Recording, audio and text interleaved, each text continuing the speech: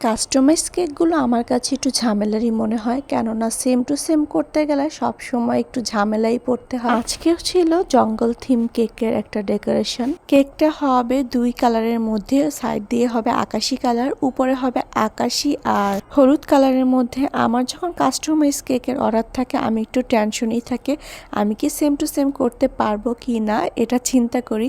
এই কেকটা তৈরি করছিলাম আর অনেক বেশি টেনশন করছিলাম আসলে সেম টু সেম হবে কিনা। ভিডিও তো দেখা যাচ্ছে অনেক ফাস্ট টু ফাস্ট আমি এই কেকটা তৈরি করছি, আসলে এই কেকটা তৈরি করতে আমার প্রায় 1.5 থেকে 2 ঘন্টার মতন সময় লেগেছে। এই কেকটার মধ্যে খুঁটিনাটি অনেক কাজ ছিল, চকলেটের কাজ ছিল, চকলেট গানাশের কাজ ছিল, এগুলো রেডি করতে করতে অনেক সময় লেগে গিয়েছে।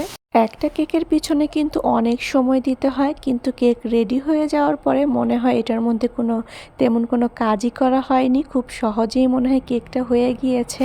আসলে কি তাই? খুব সহজেই কি কেক হয়ে যায়? একটা কেকের পিছনে কিন্তু প্রচুর প্রচুর কষ্ট করতে হয়।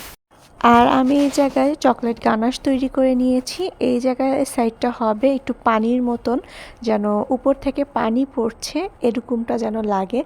আর আমি নজেল নিয়েছি গাশ নজেল। আমার কাছে কাজ ইজি মনে হলেও কিন্তু গাশ নজেলের একটা ঝামেলা আছে, বেশিক্ষণ গাশ নজেল দিয়ে কিন্তু কাজ করা যায় না। এই যে কাজ করতে গেলে দেখেন কিরকমটা হয়, এরকমটা বারবার হচ্ছিল, বারবার তুলে আবার নতুন করে দিতে হচ্ছে। গাশ নজেলে এই সমস্যার কারণে আমার কাছে গাশ নজেলটা কেন জানি ভালোই লাগে না, অনেক বারবার করতে হয় গাশ নজেলের কাজ।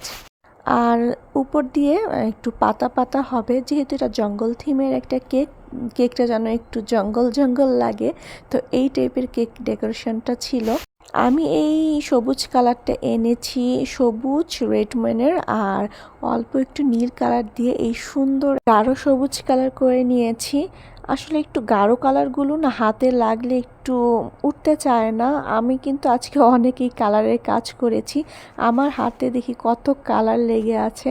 আসলে যতই ভালো মানের কালার হোক না কেন, একটু হলেও কালার দিয়ে কাজ করলে হাতে একটু লাগবেই, এটাই কিন্তু স্বাভাবিক।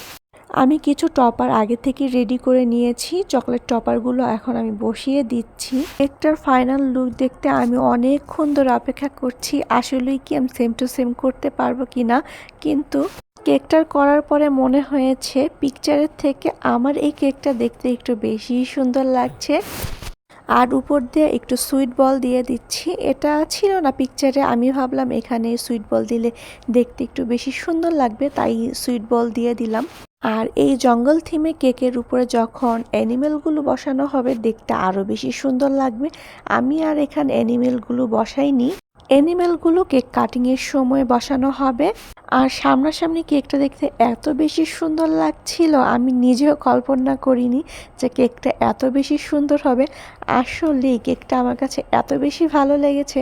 আর সবুজ যে গানাশটা দেওয়া হয়েছে এই জায়গাটা দেখে মনে হচ্ছে সত্যিই মনে এখান থেকে কোনো সবুজ কালারের পানি পড়ছে, দেখতে ভালোই লাগছিল, পুরো একটা জঙ্গল জঙ্গল লাগছিল।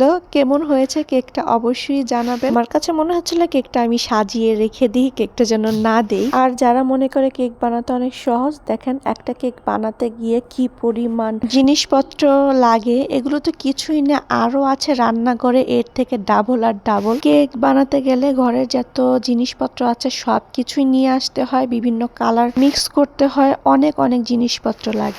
কোনো কাজই আসলে সহজ না, সব কাজই কিন্তু পিছনে কষ্ট আছে। কষ্ট করার পরে কেকের লুক যখন অনেক বেশি সুন্দর আসে তখন নিজের কাছেই অনেক বেশি ভালো লাগে। তো কেমন লাগলো আজকের কেকটা অবশ্যই জানাবেন। আজকের ভিডিওটা এই পর্যন্ত, আল্লাহ হাফেজ, আসসালামু আলাইকুম।